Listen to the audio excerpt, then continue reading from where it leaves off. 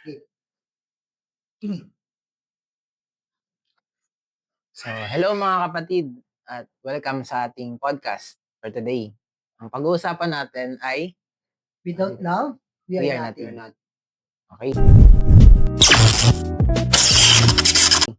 So, ang text natin ay makikita natin sa 1 Corinthians chapter 13 verse 1 to 3. Pakibasa nga, Brother Sam. Okay, basahin natin guys. If I speak in the tongues of men or of angels, but do not have love, I am only a resounding gong or a clanging cymbal. If I have the gift of prophecy and can fathom all mysteries and all knowledge, and if I have a faith that can move mountains, but do not have love, I am nothing. Grabe. If I give all I possess to the poor and give over my body to hardship that I may boast, but do not have love, I gain nothing. Amen. Ang gandang verse nun, di ba? Matindi. Naranasan nyo na ba yan sa buhay nyo? Na minsan, ginagawa mo yung isang bagay na talagang mahal mo. Kumbaga, binubuhos mo yung buong best mo para lang gawin yung bagay na yun kasi mahal mo eh. Diba? Pero, siguro naman naranasan din natin minsan na gawin yung isang bagay na parang napipilitan lang tayo. Diba? Wherein, ginagawa lang natin siya out of Responsibility. yes. Out of something that we need to do. Yes. Obligasyon. Kaya minsan maganda rin na nagkakaroon tayo ng reflection sa sarili natin. Yes. Kung sa daily life ba natin, pinapagalaw ba tayo ng pagmamahal o pinaggagalaw lang tayo ng Amen. So, sabi sa verse 1, di ba? Men can speak many languages or even the language of the angels, di ba? But if we do not have love, para lang tayong nag-iingay na instruments sa harapan ni Lord. So imagine, akala mo all this time, napiplease mo si Lord through your actions, kasi siguro magaling ka sa isang bagay. But then, wala ka palang love sa puso mo. So, parang nag-iingay ka lang talaga, di ba? parang ano yan pre, pagdating sa mga ate kuya natin na knowledgeable. Actually, yun yung term eh. Knowledgeable sila sa Word of God. Ang galing nila magsalita, parang inspiring sila. Ang dami nilang alam na Bible verse, di ba? Yes. Pero despite all of this knowledge and skills, kasi communication is a skill eh, di ba? Kaya nilang dalhin yung pananalita nila sa mas mabulaklak na pagsasalita, di ba? Parang napapaganda nila yung isang bagay gamit ang communication nila. Pero sabi dito sa verse 1 na despite kung gaano man kaganda o convincing yung communication skills mo, pag ginawa mo yan without love, wala lang. Meaningless. Yes. Heaven. So, yun. Lagi nating tatandaan na ano man yung gawin natin na sa pang-araw-araw nating pamumuhay, lagi nating tatandaan na gawin natin to with love. Okay? Kasi kung wala yun, para kang walang goal. Merong goal, pero yung means lang ginamit mo, hindi yung entire na hindi mo nakuha yung buong concept pag wala kang love. Yan. Parang efforts ka lang. Wala kang yung foundational, wala ka na. Kasi foundational lang love. Tama. Sige. Ngayon naman, pag-usapan naman natin yung verse 2. Ang sabi sa verse 2 ay, pakibasa.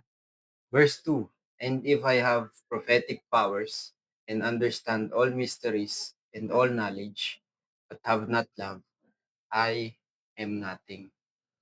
Amen. Grabe. Wala lang pala yun. So, na-mention doon na even if you have a faith that moves mountain, it still equates to nothing if we do not have love. So, napaka-importante talaga ng may pagmamahal sa puso. Kasi parang yun yung pinaka, valuable sa mundo, yung pagmamahal. Which is yun naman ang talagang kabuuhan ni Jesus Christ, eh, yung love, 'di ba?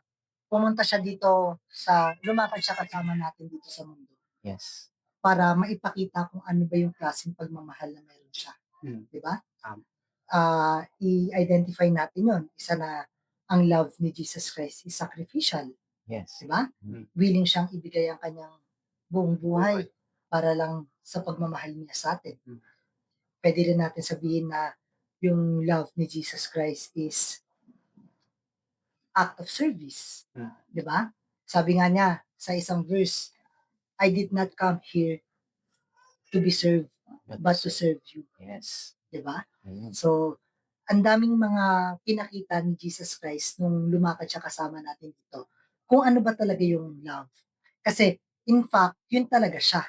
Yun yung character niya, Mm. 'di ba? Na kailangan bago siya makakilos dito sa mundo, may pagmamahal siya sa atin. Hindi yun out of responsibility, pero out of love siya. Parang di na nga siya hari sa sobrang Mm. humility niya na Di ba? pinakita ko. Totoo. Tapos going back dun sa verse, parang contextually, kumbaga sa commentaries, ito yung na-come up natin, yung galing kay Matthew Henry na yung prophecy at knowledge, yun yung mga most admired gifts noong panahon na yun. So, ayun, kung wala talagang love, halimbawa, context natin, ano ba yung mga pinaka-ina-admire na gifts natin sa panahon natin ngayon, 'di ba? Preaching, yan, or yung pagse-share, yan. Ano pa ba yung mga gifts, kuya? Mga gifts of knowledge, Mm. o or wisdom. Basta may mga ano, marami pang gifts yan, eh.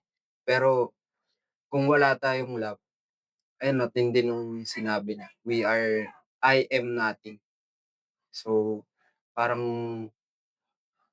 lahat nung effort natin, lahat ng pagpi-preach, lahat ng pagse-share ng gospel, kung wala tayong love, is we are nothing. So, punta tayo sa verse 3. Sam? Okay, verse 3.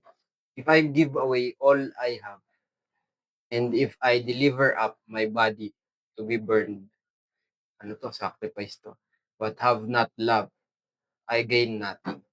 Parang masasabi natin based sa verse na yan, even if we do our best, Hmm. 'di ba? Even if we use our strength, all our effort, and into serving others, 'di ba? Kahit binigay mo na lahat. Yes. Kahit ibigay natin lahat ng best natin. But if hindi natin talaga ginawa 'yon out of love, parang na-miss natin yung point na kaya natin siya ginagawa. It's because out of love, and we do not expect anything in return. So kumbaga, kahit maubos ka, parang handa kang ibigay lahat. Kaya ang ganda nung tanong na ano ba talaga yung nagpapamotivate sa atin? Mm. Sa pagkilos, sa ministry, sa araw-araw, di ba? Hmm. Is it love ba? Is it pride ba? Kasi syempre especially kung sa work, kung mataas yung position mo, baka may pride ka na eh. Kahit sa ministry, Mm. di ba? If you have a higher position, a leader ka na, dapat kini-question natin kung ano ba talaga yung nagpapamotivate sa atin. Is it fear ba? Dahil ba tayo takot sa ating mga leader kaya tayo sumusunod? 'Di ba? May mga ganong motivation na nangyayari sa atin eh. 'Di ba? Meron din na kailangan natin na mapakita kung ano yung tamang motivation sa pagkilos natin araw-araw. 'Di ba? Kaya maganda kung na-assess natin yung sarili natin eh. Kung love ba talaga yung nagpo-fuel sa atin or this something yung mga pride, fear, mga ganyan yung nagpapamotivate sa atin. 'Di ba? Alam mo kaya tama ka. Kasi minsan naranasan ko 'yan, 'di ba? Um, Meron akong isang bagay na ginagawa. But, yung motive kasi yung parang importante, 'di ba? Mm. So, for example, nag-aano ka, nagbi-build ka ng, ah, physique or bodybuilding kasi alam mo naman mga lalaki mahilig sa gym, 'di ba? Mm. So, ano ba yung motive mo? Bakit mo siya ginagawa? Is it because love mo yung sarili mo or you just try to Parang impress sabi mo, the people? Bean ba ako? Yeah, oo. So, ayun, depende sa motive ng tao Mm. and, siguro wag lang talaga nating kalimutan na balik tayo sa pinaka-motive natin, which is we do it, out of love because siyempre we love ourselves din naman, 'di ba? We cannot love other people if we don't love ourselves in the first place. But in the first place, Yeah. hindi rin natin kaya magmahal kung hindi muna tayo minahal ni Lord. Yes, Diba? amen. Kasi yun naman talaga yung nagpo-fuel yung love from God. Diba? Parang we do this podcast for the glory of God. Amen. Kasi mahal natin si Lord. Binabalik lang natin yung pagmamahal na ibinigay niya sa atin at nasa-show natin at nasa-share natin sa ibang tao. Amen.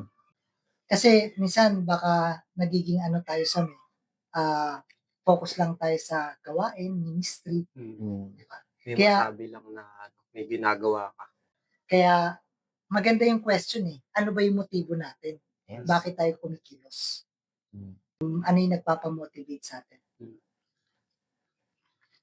Kaya tong verse na to parang naging great reminder sa atin Lalo na especially sa mga matatagal na sa simbahan, Yes. na patuloy, service lang sila ng service. Mm. Pero nakalimutan na nila yung love. And kung love natin si Lord, dapat meron tayong intimate relationship sa Kanya. Amen. Parang yung Ephesian Church dun Yes. sa Revelation. Di ba, no? Yung mga Efeso. Ano ba tawag sa kanila? Epeso. Efesos? Tagalog. Taga-Efeso. Efeso. Di ba? Ano sila? Super knowledgeable sila, pre. Mm. Kumaga, kung sabihin natin kung kabisado nila yung mga verses, sila na pinakamarami. Oo. Parang 5-star church na sila. Di ba, no? Pero naging pride nila yun. Kaya nawala yung love. Nawala yung love. Parang knowledge puffs up. Yun yung knowledge nagpapalaki ng ulo. Pero yung love, yun yung nag-aano sa atin, nagre-retain sa ating humility. Yes. Kaya importante yung balance, pre. Oo. Kasi minsan, pag napunta tayo sa simbahan na knowledge center, Yes. parang nakaka-build tayo ng mga Kristiyanong mga hipokrito. Mm. Pero, ganun din naman, pag napunta naman tayo sa isang church na puro yung gospel niya is prosperity lang. Baka naman nakaka-create na tayo ng mga Christian na happy sinners. Di ba? Kaya importante yung holistic perspective ng isang simbahan. Yes. Na Balance. Kasi, paano ka ba magkakaroon ng intimate relationship sa Diyos? Kailangan mo basahin ang kanyang salita. Meditate day and night pa nga Pangalawa, dapat may prayer life ka. Kasi yun yung me time niya ni God Ganun naman ang intimate relationship. Pero, dapat din yung love na ibinibigay sa atin ni Lord na i-share natin. Yes. Ano yun? Pangalawa sa greatest commandment, di ba? Love your neighbor as you love yourself. Mm. Matindi talaga yung love Always put everything with love. Always mix everything with love. Whatever you do. Kaya, ayun, gaya nga ng sabi mo kanina, kuya, napaka-importante na magkaroon tayo ng self-assessment, self-reflection, at tingnan natin kung nasaang level na ba tayo. Kung may love pa ba sa puso natin, kaya tayo gumagawa ng mga bagay na sa ikabubuti ni Lord. Or is it out of responsibilities na lang? Diba? So, maganda na may apply natin to sa daily life natin. Sometimes kasi we don't need to do more. Yes. We just need to love better. Yes, ganda na. Tama. You drop a gem. Okay. So Sam, I think better kung magkaroon tayo ng self-assessment ngayon. Ano sa Ah. tingin mo? Sige. Yung sa akin yung nakita ko, parang reflecting on the verse. Ano matitindi yung mga example ni Paul na kasi greatest form of kindness na yun, sacrifice, yung sa verse 3. Sa verse 2, yung gifts ng isang Christian. Tapos yung sa verse 1, yung parang May talents. talents, yun. Yung tongues of men, yan. Hmm. Tongues of angels pa nga eh. So, parang on my part, ang dami ko talagang kulang na nakikita. Dahil, minsan, aminado naman tayo lahat or ako, sarili ko na ministry ako. Pero, ah, parang out of attendance lang na nandun ako para ramdam nila. Minsan nawawala yung love talaga. Minsan nakakalimot ako. Kaya mahalagang reminder 'to sa akin na, para hindi maging kumbaga, sorry for the word, pero yung plastic yung service ko kay Lord. Kasi kung wala yung love, talagang mahirap na magpatuloy. Kumbaga may nilalatag ka, pero wala siyang yung mabangong samyo kay Lord 'pag walang love. Amen, ang ganda ng reflection ni Sam, no? Mm. Kumbaga, masasabi natin guilty talaga tayo minsan, Mm. na maaaring nawala yung love, but and totoong, God is reminding us na babalik tayo sa first love natin. First love natin. Yes. Back to Which Back is to si Lord. basic. Oo. Which is yun din yung, reflection ko na, dami-dami na nating ginagawa. Nagpapaka-busy tayo sa iba't ibang aspect ng life natin, sa work, sa family, sa ministry, yan.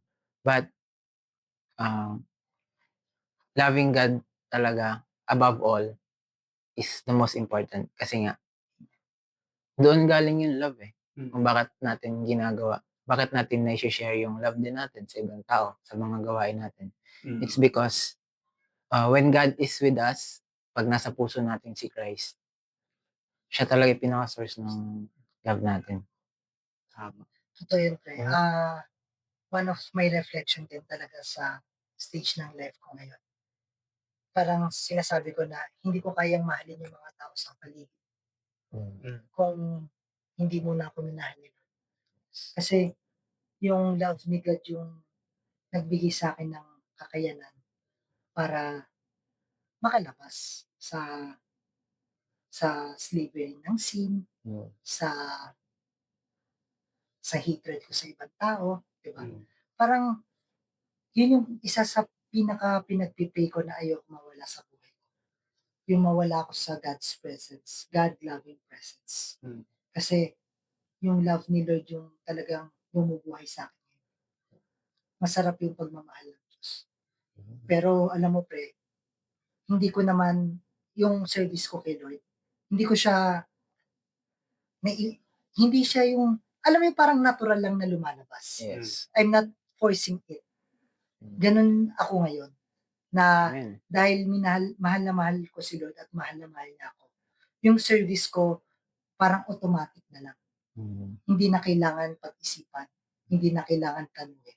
Kusang lumalabas. Hindi na Amen. tinutulak. Yes. Oh. Kaya maganda iwan natin yung last word na yun na because love doesn't seek its own. Love doesn't perform for applause. Love gives without keeping score, and the beautiful truth.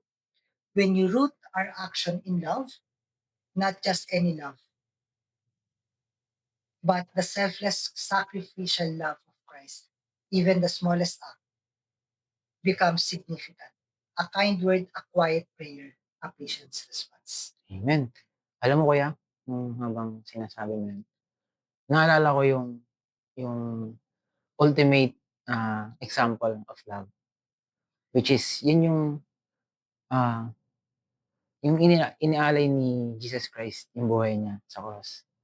Kasi, 'di ba, isipin mo, sa mga friends mo ngayon, sino ba diyan yung masasabi mong love ka niya, 'di ba? And when I say love, ito yung parang kaya niya bang ialay yung buhay niya sa'yo? Kasi 'di ba yun yung commandment sa'tin ni Lord, eh, na, um, parang may verse yun na a man can lay his own life, 'di ba, for his For his friends. friends. Yes. And parang masasabi ko na, grabe ang galing ni Lord, talagang love niya tayo, 'di ba? Kasi mismo yung own life niya, eh, talagang binigay niya, 'di ba?